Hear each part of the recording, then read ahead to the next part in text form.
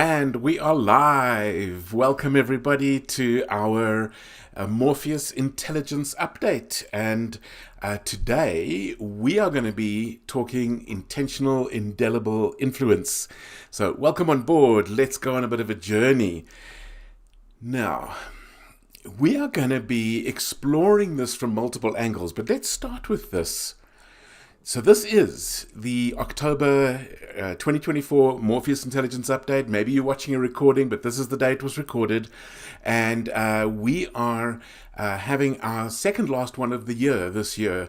And we are focusing in on what is called our leadership legacy or intentional indelible influence. This is what we're talking about today. So to set a bit of a context, we want to ask some questions. And the first question we'd like to ask is, what do you think is the key to your life's legacy? What is the key to your life's legacy? And I've asked this question of many people over a long period of time, and I've had some fascinating answers. Some people think that the key is in their qualifications. You know, if I can just get this qualification or that qualification. Some people tell me, no, it's all about my skills. It's the skills. If I can just add more skills, if I can just get more upskilled in certain areas. Some people tell me it's their accomplishments, what they've achieved in life, that's going to be the key. That's what they will be remembered for. And of course, there's truth in all of these things. And some people say, no, it's all about the vision. I have this vision. I have a dream. I have a vision. And that is the key to the life's legacy. And of course, all of these things do matter. All of them do matter. But I would like to suggest that there's another key.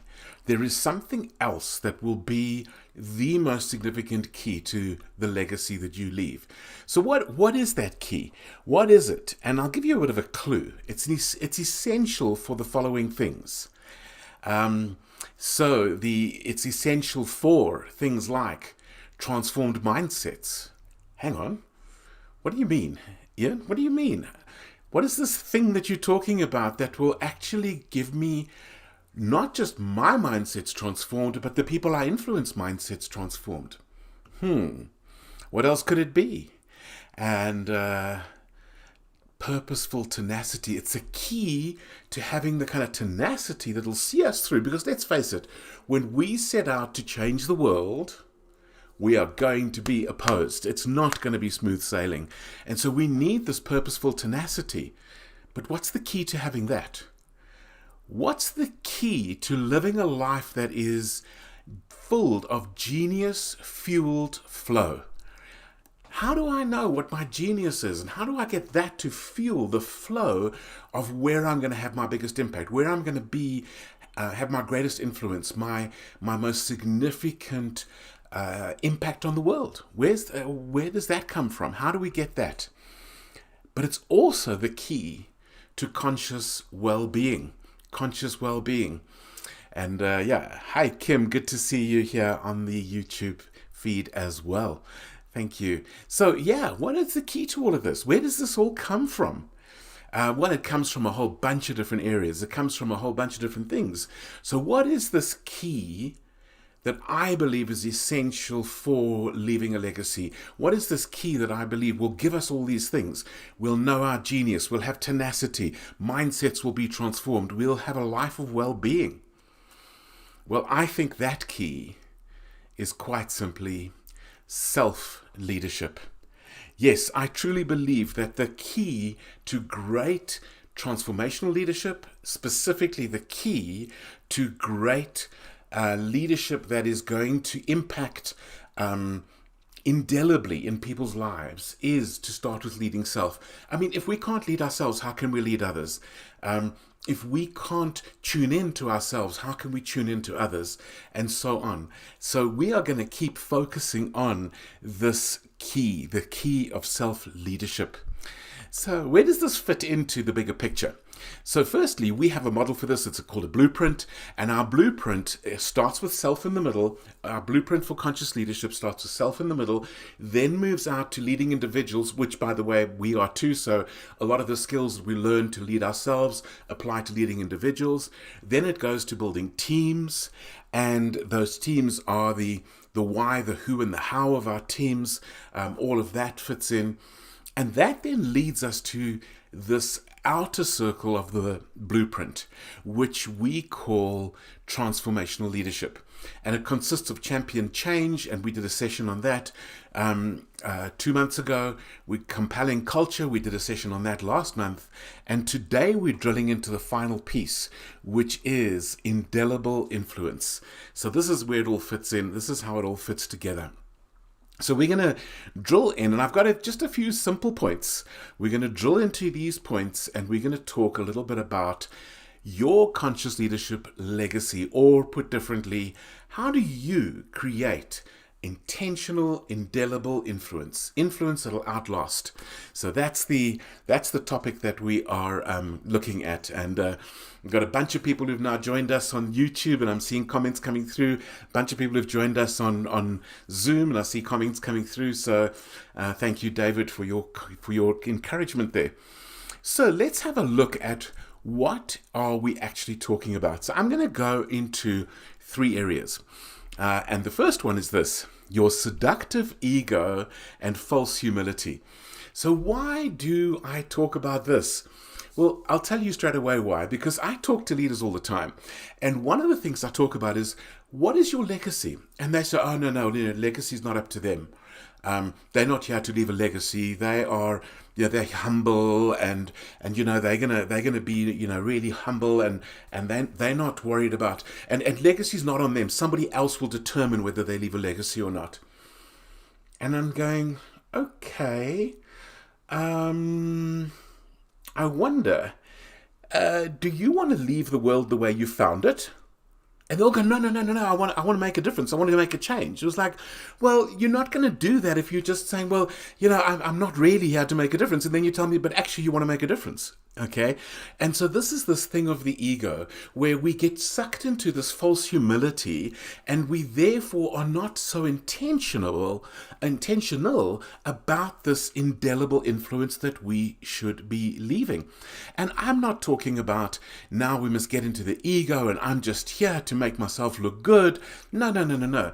That's the seductive ego part.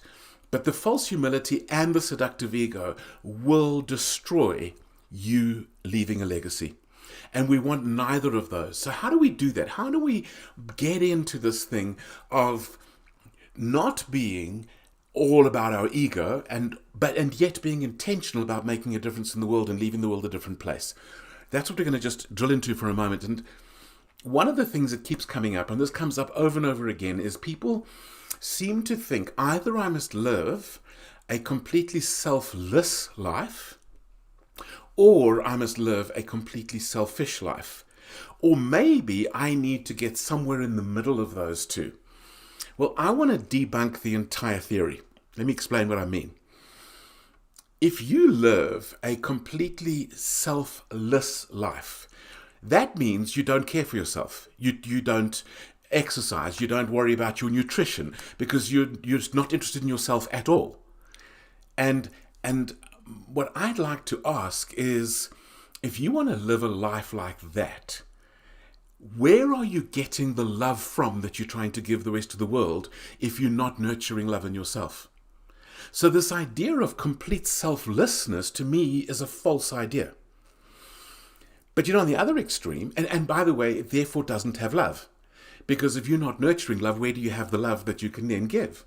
You go to the other extreme and you go, okay, well, maybe my goal here is I want to live more selfishly. And the problem is a completely selfish life also doesn't have love, because we know love isn't selfish. We know that true love isn't selfish. One of the characteristics of great love is it's not selfish. Now, what people say to me, okay, so we should be somewhere in the middle. And I go, how can the midpoint between two things that don't have love be love?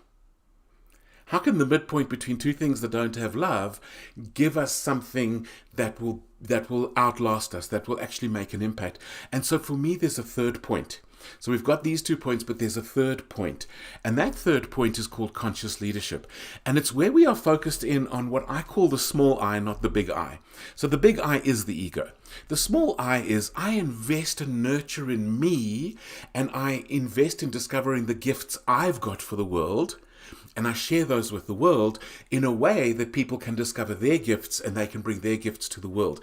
And so for me, it's consciousness of who I am, why I am, consciousness of how I am, my gifts, my genius that I've got. All of these things are critical to being able to bring this message that we want to bring to the world. And so it's not about being selfless or selfish. It's about nurturing in ourselves, being leaders to ourselves of the exact thing we want to bring to the world. That's really what this is all about. So that's the ego and the false humility, which leads us straight on to the second point. And the second point is about accepting your genius and your ineptitude. Accepting your genius and your ineptitude. Now, what is that about? So let me focus in. Number one, I believe everybody has a genius and a unique one. They have a gift that they've been given, that they've arrived on this planet with a specific wiring in the brain, something that they can do that pretty much nobody else can do. And just pause for a moment. Imagine that you've been gifted with a gift, a genius. You don't want to go and hide it in a hole in the ground. You want to invest in it to grow it. You want to actually make investments in your own genius. You want to make investments in that talent that you've been given, and you want to take that talent and bring it to the world. But how do you bring it to the world? You've got to invest in it. It's got to grow. You want to grow, and we know so many stories about investing in talents and they grow. And so we want to take that talent and we want to invest in it. And fundamentally what the research shows is that we have, all these billions of neurons and thousands of synaptic connections running between them. And what it shows is that where we have these connections, where we have this gift or this talent, the brain can grow more connections in that area, much more than it can try and grow ones where there aren't any.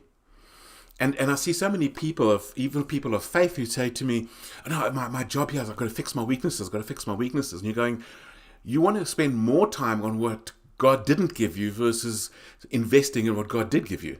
That doesn't make any sense. Surely you want to take the talent you've been given and you want to invest in it, and you want to grow it.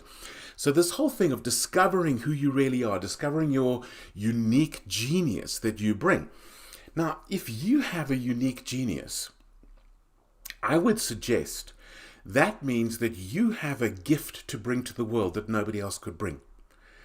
If you are unique, then surely you have something unique to bring to the world that nobody else could bring. And so we really want to accept our genius. But you know what I find? Is very often the level to which we accept our genius is linked to the level to which we accept our ineptitude or our weakness. And the level to which we accept our weakness is directly linked to the level to which we accept our genius. Let me explain that a little bit. So let's put it this way. Marcus Buckingham says a strength isn't something you're good at. A strength is something that makes you feel strong, that makes you feel intelligent, that makes you feel energized. And a weakness or an ineptitude is something that drains you, something that makes you feel stupid. And I can tell you, I have got things that when I do these particular things, I feel like my IQ doubles. I am in flow. I am just, everything is working.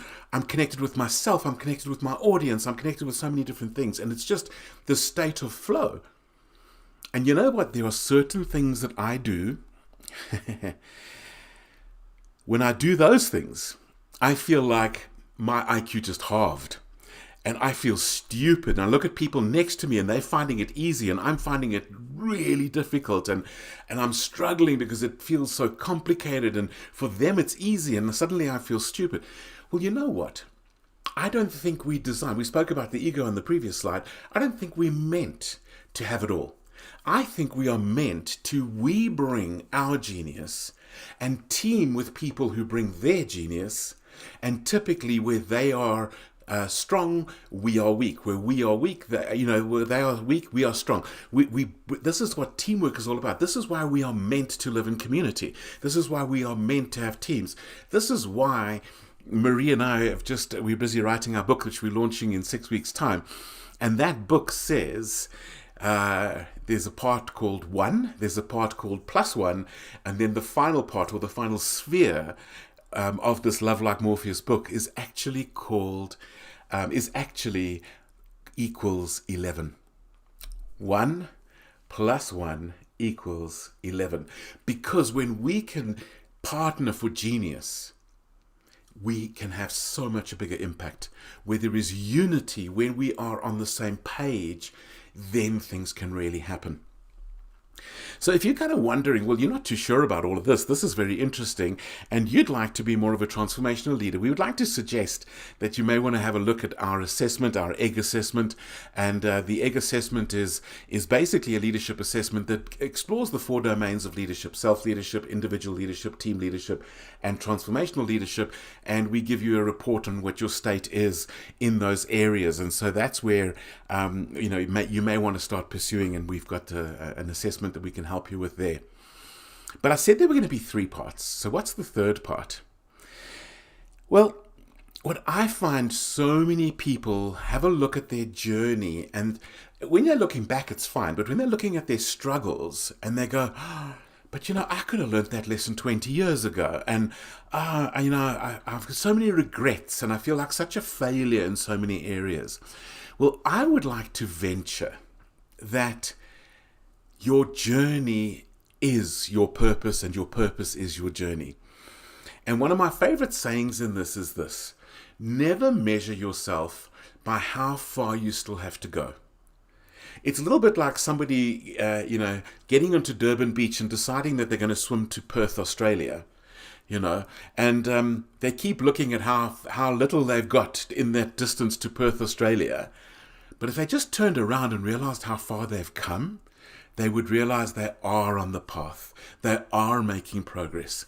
And this is not a sprint, it's a marathon.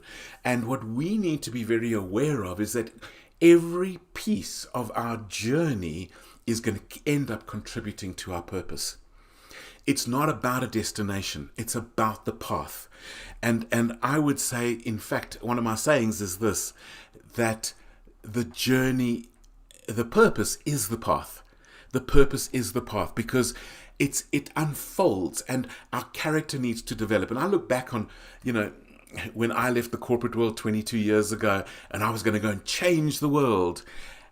Well, there was a whole lot of my path that I needed to cover first, and I fell flat on my face and I made so many mistakes and eventually woke up to this idea, for example, of self-leadership. And when I did, and I started to make myself my number one job every day, in other words, I nurtured in me things that I could give to others, suddenly my impact just increased exponentially.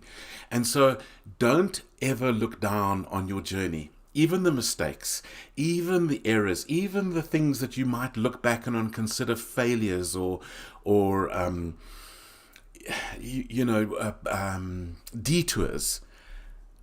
Every single one of them will contribute. And it's so fascinating how often when I tell the story of my journey, people are encouraged, people are influenced, people are changed. And I really do venture that whatever we do in our journey is actually the actual journey. That is the destination. That is where we're going. So that's those are the 3 points. So the ego, it's not about selfish or selfless. It's not about, and by the way, please pump your questions in. If you want to pop a question in, I can feed the questions in from both YouTube and Zoom. So if you want to pop a question in, please feel free to do it, or a comment. So yeah, the ego, we're not about selfish or selfless. We're about nurturing in us true love and leadership that we can bring to the world. Secondly, know our genius and discover the genius of the people around us. And finally, never look down on your journey. It is your purpose. It is part of the destination. So I wanted to highlight that as, in other words, your legacy is about who you uniquely are. And one of my all-time favorite quotes on this topic is from Neil Gaiman. And Neil Gaiman said the following: "The one thing that you have that nobody else has is you. Your voice, your mind, your story, your vision. Nobody else has that." And so he says then this: "So write and draw and build and play and dance and live as only you can." So that's really what transformational leadership, leaving a legacy, is about. And I thought maybe I would just give you a little challenge, and then we're going to get into the Q&A. That's and I see there's some great questions coming through, so I'm going to handle that in a moment.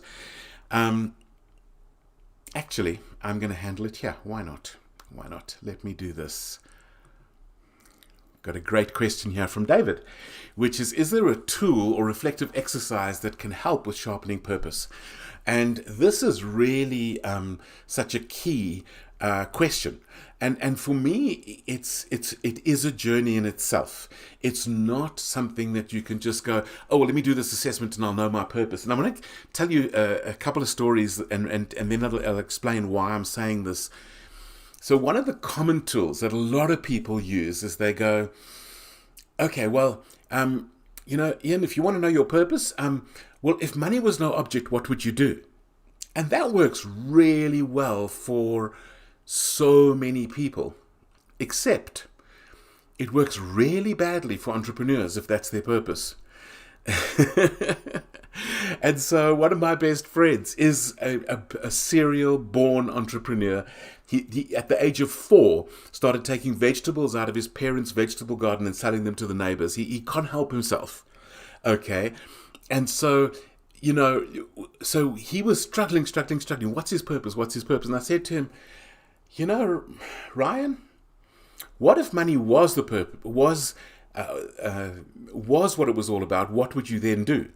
And he would go, oh, yeah, he'd raise a business and he'd build good people and he'd do this and he'd do this. And so, this idea of don't get stuck on one method or one possible way of doing this.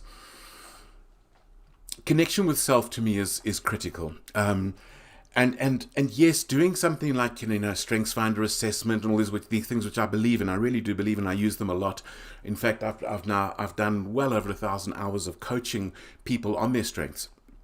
So it's something I absolutely believe in. But this sort of idea that if I know my strengths, I'll know my purpose is it's limited. It's not going to give it to you by itself. Once you start discovering your purpose, you'll realize how your strengths apply. But the Strengths Finder itself is really going to be supportive in what is really inside of you. And so to me, it's about connecting with self. And one of the big keys is journaling.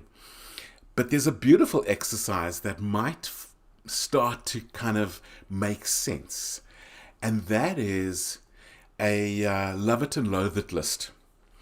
Get a piece of paper, put a line down the middle, put love it on the one side, put loathe it on the other side, and maybe something like every time you do something and it just makes you come alive and you think about what was that activity, what was the context, who were the people involved, did it matter, whether it was, a charity thing or a people thing or a deal-making thing, what was going on? And those things that you loved. And the same with the loathe. What were the things that really just they frustrated you? You'd write those down and look for patterns over time. And so, I think, things like journaling. I find journaling incredibly powerful. I pick up a lot of patterns in what's really going on in my life and what matters to me in my life through journaling. But, sometimes a bit of daydreaming is useful. But I really think it's quite a spiritual journey. I really do. I think this is a thing of kind of asking the universe, why am I here? Purpose question is a why question. Why? Why am I here? Why am I wired this way? Why do I find this so invigorating and that so draining? Keep asking those kinds of questions, and it will refine. But I do not have a one-size-fits-all solution. If we're all unique, we're not going to have one method that'll help everybody find purpose. So I think that could be quite useful. Now, I just want to quickly take that off. There we go. So I can bring any more questions that do come through. And if that comes up, we'll handle it. So I want to just kind of bring to you a conscious leadership challenge, and then I'm going to do a bit of a wrap up, and I'll take any more questions. So the conscious leadership challenge is this. If you want to leave a legacy, if you want to make a difference, let's forget leaving a legacy. If you want to make a difference, if you believe that you're here to leave the world in a different state than you found it, then as a conscious leader, you always lead yourself first and others second. And that will indelibly influence your world. It will leave a change that was irreversible.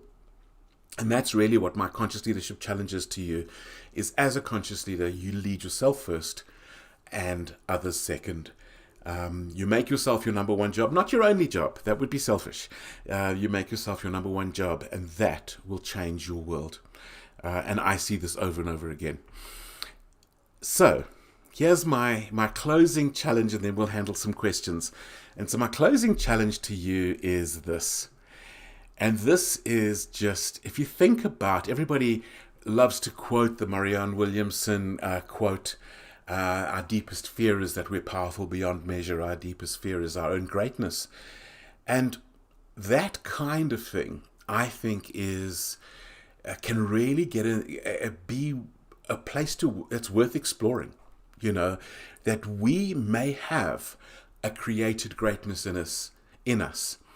And so I really want to suggest that you explore your own greatness, not to be superior to anybody else. I don't feel superior when I look at mine, because I'm just so aware of how great other people have in their areas, and just how mine is not greater than another. But it's important that I understand the gold that's inside of me that I can bring to the world. And so my question to you is this. What if you are powerful beyond measure? What will you do with that? And that is the challenge of leaving a legacy. So let's have some more questions. Let's see. We have got 2.5 minutes left. So any more questions? Any more comments from anybody? See Kim commenting about the journey, loving the journey. Really, really useful to be aware that our journey is part of our legacy. I think it is absolutely critical. In fact, sometimes I'm facilitating a group. I was doing a group last week of 160, 170 executives, believe it or not. And in this group, there was a turning point where I told a vulnerable story about my journey, and somehow they suddenly got it at a level they hadn't got it up till that point. And so every facet of our journey can help us to get to the destination and the message that we really want, every facet. So Cindy's got a question in the email. I got the why, I've got the what, but I'm stuck on the how. How do I institutionalize or make this intentional in terms of my values and my legacy? And I don't know who sent that question, but thank you, Cindy. It is so important that we have this awareness that what we do internally directly impacts the level we impact externally. And I've seen people who are stuck on this idea that if I just do one more course, just do one more course, just do one more course. No. We are talking about the inner leadership journey. How do I tune in? How do I make my values? How do I live in integrity with my own values? So, for example, you're asking here the question of values. It's so easy to externally live our values. Well, relatively easy. But I ask quick leaders this question a lot. I say to them, how are you in your integrity with yourself? Do you live your values to yourself all the time? Or are there ever times that you compromise, that you make commitments to yourself that you don't follow through on? And so again, it comes to the inner journey. When I live my values and my purpose in with me, it automatically overflows to my world. And that then means they get embedded completely. And with that, I have 4 seconds to go. Thank you, everybody, and we'll see you next month. Oh, next month, by the way, we are doing the session on Love Like Morpheus. So this is the book that I mentioned earlier on that we are launching on the 12th of December and the 12th of the 12th, 24. And so next month's Morpheus Intelligence Update, which is I think the 25th of November, we will be doing Love Like Morpheus as our theme. So thank you, everybody, and see you soon.